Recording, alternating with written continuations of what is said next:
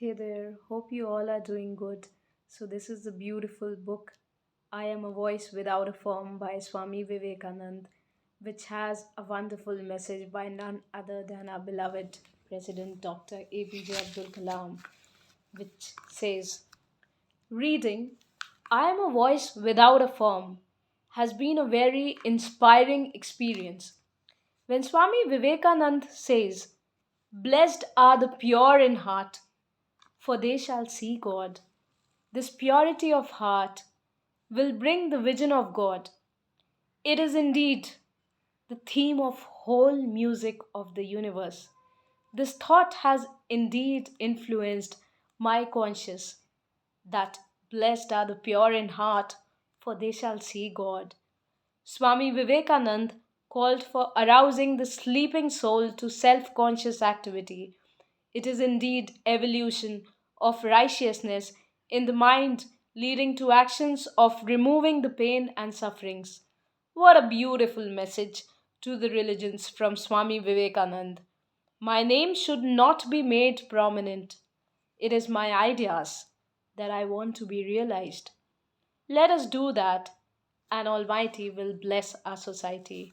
This was dated 14 July 2005 by Dr. APJ Abdul Kalam.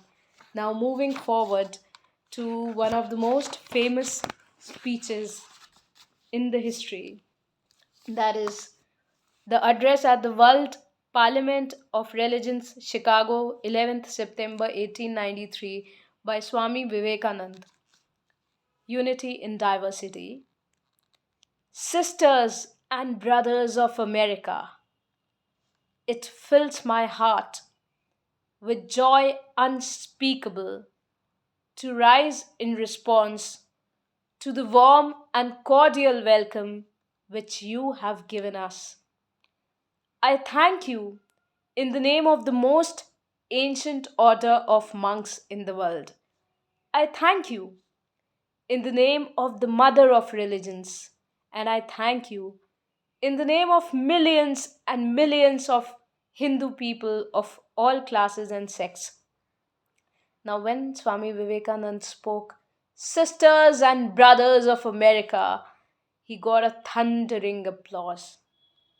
And the speech says, my thanks also to some of the speakers on this platform who, referring to the delegates from the Orient, have told you that these men from far off nations may well claim the honor of bearing to different lands the idea of toleration. I am proud to belong to a religion which has taught the world both tolerance and universal acceptance. We believe not only in universal toleration, but we accept all religions as true. I'm proud to belong to a nation which has sheltered the persecuted and the refugees of all religions and all nations of the earth.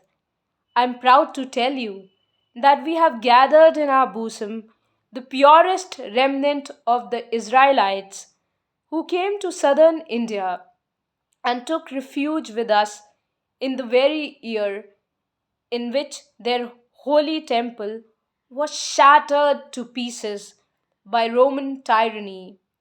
I am proud to belong to the religion which has sheltered and is still fostering the remnant of the grand Zoroastrian nation.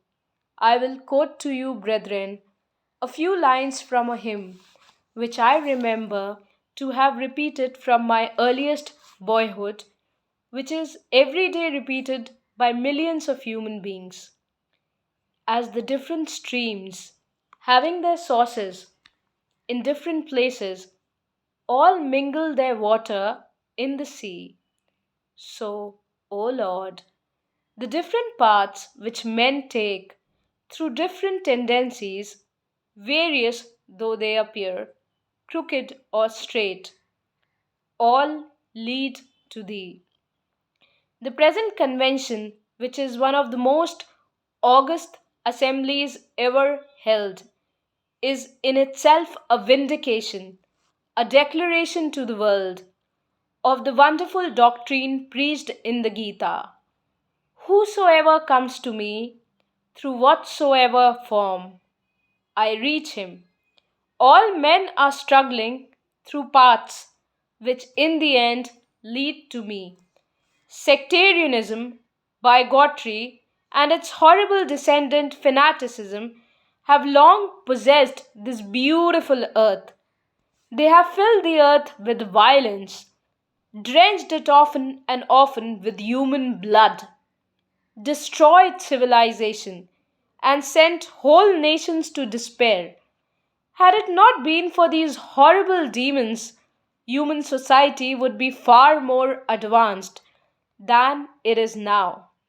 But their time is come, and I fervently hope that the bell that tolled this morning in honor of this convention may be the death knell of all fanaticism, of all persecutions with the sword or with the pen, and of all uncharitable feelings between persons wending their way to the same goal. So, Swami Vivekananda was a wonderful soul indeed. And he came in the unbroken line of spiritual teachers who brightened the sky of India from the Vedic period to the modern age. It is they who imparted the spiritual energy and direction characteristic of Indian culture. It is because they came age after age that India is still alive in spite of invasions, subjections, and devastations, while a fraction of such calamities has destroyed many a nation and many a culture in the world history. So the periodical touch of these masterminds gave India renewed strength and hope every time.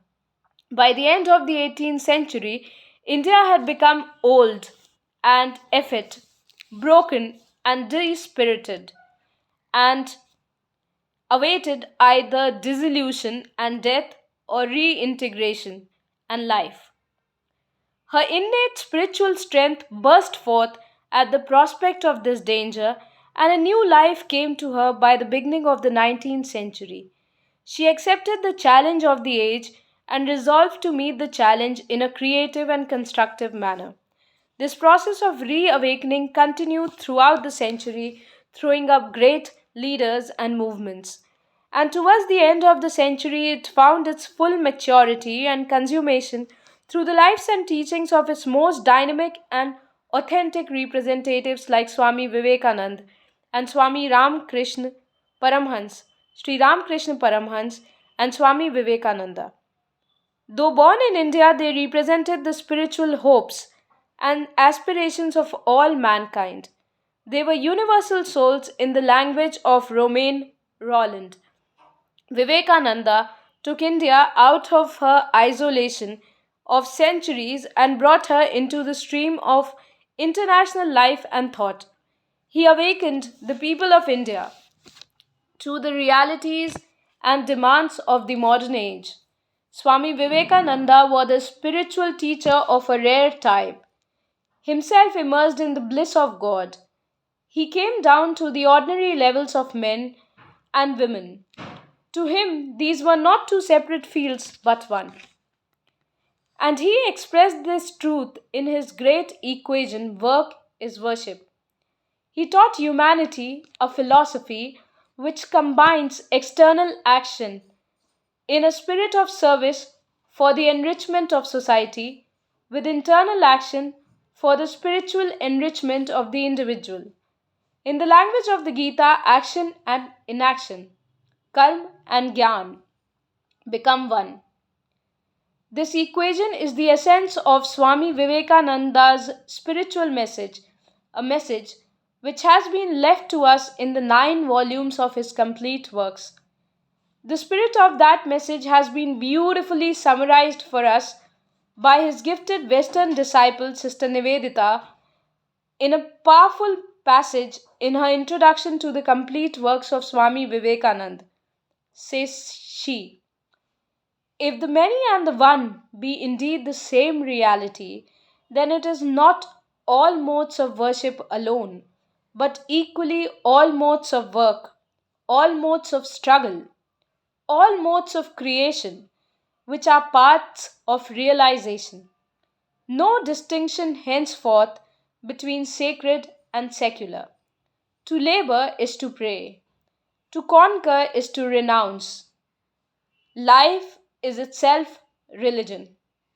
To have and to hold is as stern a trust as to quit and to avoid. Swami Vivekananda's span of earthly life was hardly 40 years, but within this short period, he lived an intense life. First as a student in school and college, then as the foremost disciple of his great master Sri Ramakrishna, then as a wanderer across the length and breadth of India, and lastly as the spiritual teacher of West and East. His public teaching commenced with his speeches at the World's Parliament of Religion at Chicago in 1893, and he passed away on 4th July 1902.